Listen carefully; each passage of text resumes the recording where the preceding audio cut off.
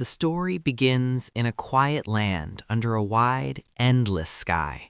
The air is warm, the roads are dusty, and people move through their days carrying both hope and heavy burdens. Some are joyful, but many are tired, searching for something more, something they cannot quite name.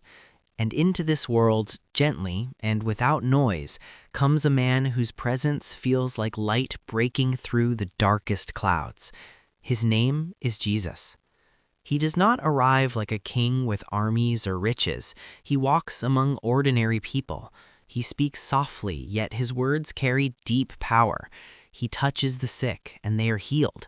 He looks into the eyes of those who feel forgotten, and suddenly they feel seen, known, and loved. Children run to him. The poor gather around him. Even those who doubt cannot ignore him. Wherever he goes, something changes. He tells stories, simple stories about seeds, about lost sheep, about fathers and sons. But inside those stories are truths that reach deep into the heart. He speaks of love that never gives up, of forgiveness that wipes away every wrong, and of a kingdom not built by human hands, but planted quietly inside people.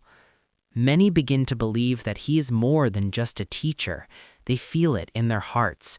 This man carries something divine.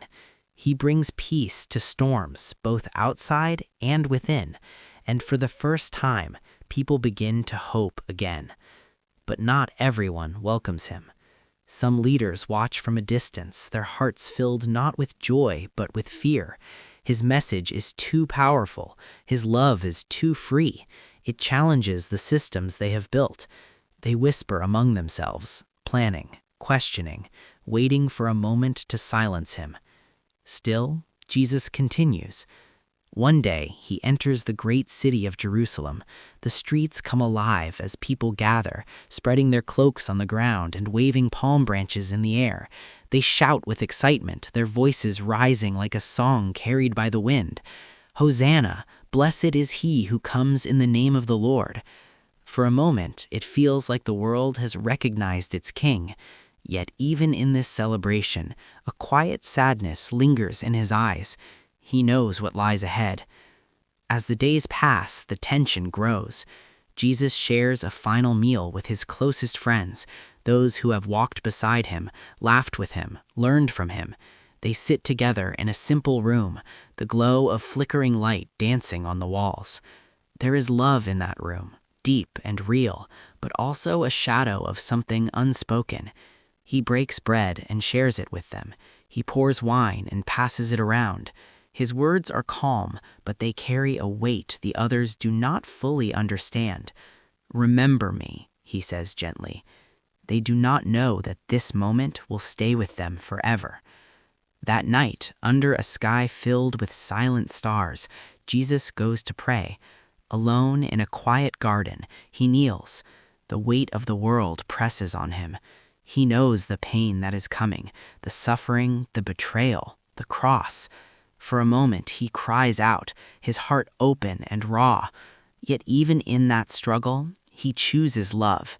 He chooses to continue. Soon, footsteps break the silence. A group arrives, led by one of his own, a friend who has chosen to betray him. With a simple kiss, the moment is sealed. Jesus is taken away, not with resistance, but with quiet strength. His friends scatter, afraid and confused. The night grows darker. He is brought before leaders and questioned harshly. Lies are spoken, accusations are thrown. Though he has done no wrong, he is treated as if he has done everything wrong. They mock him, they strike him, they place a crown of thorns upon his head, pressing it down as if to turn love into shame. But even then, he does not respond with anger. Morning comes, and the crowd gathers. Voices rise, not in praise this time, but in demand. "Crucify him."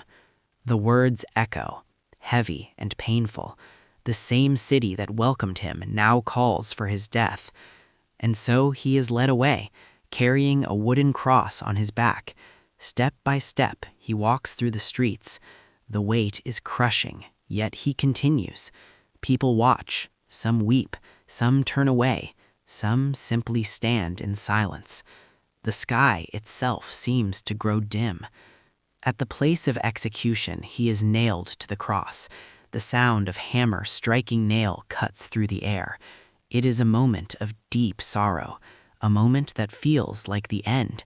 He hangs there between heaven and earth, and yet even in that unbearable pain, his words are not filled with hate. "Father, forgive them," he whispers. Forgiveness, even now. Hours pass. The sky darkens as if the world itself is mourning. The ground trembles, the air grows still. And then, with one final breath, he speaks. It is finished.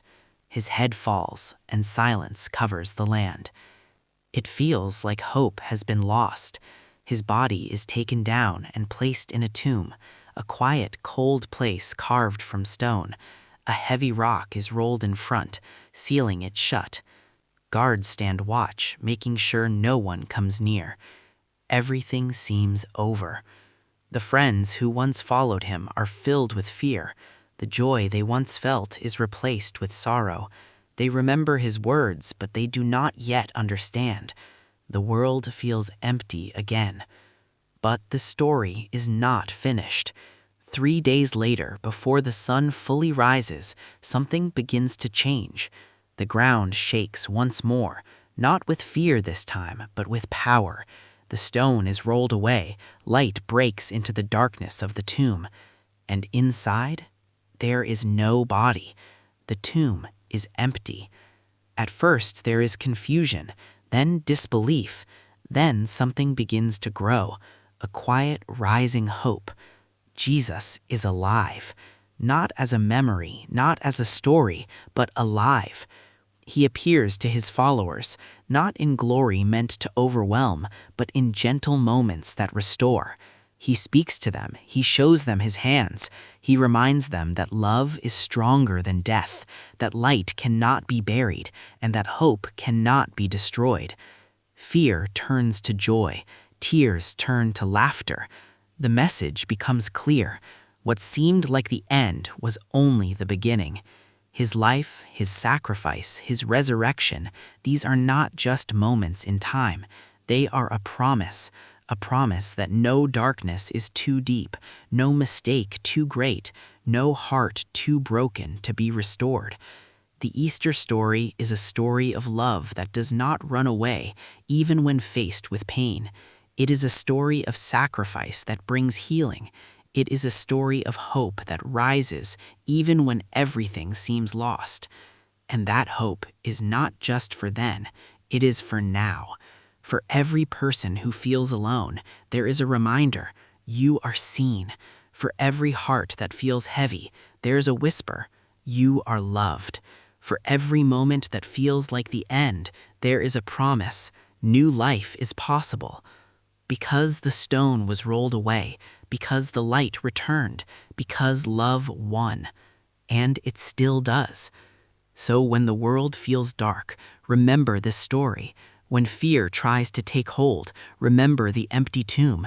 When hope feels far away, remember that morning when everything changed.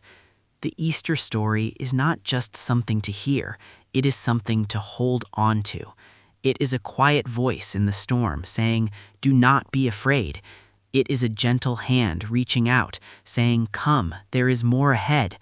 And no matter where you are, no matter what you face, that message remains the same, steady, unshaken, full of life. Hope is alive, and it always will be.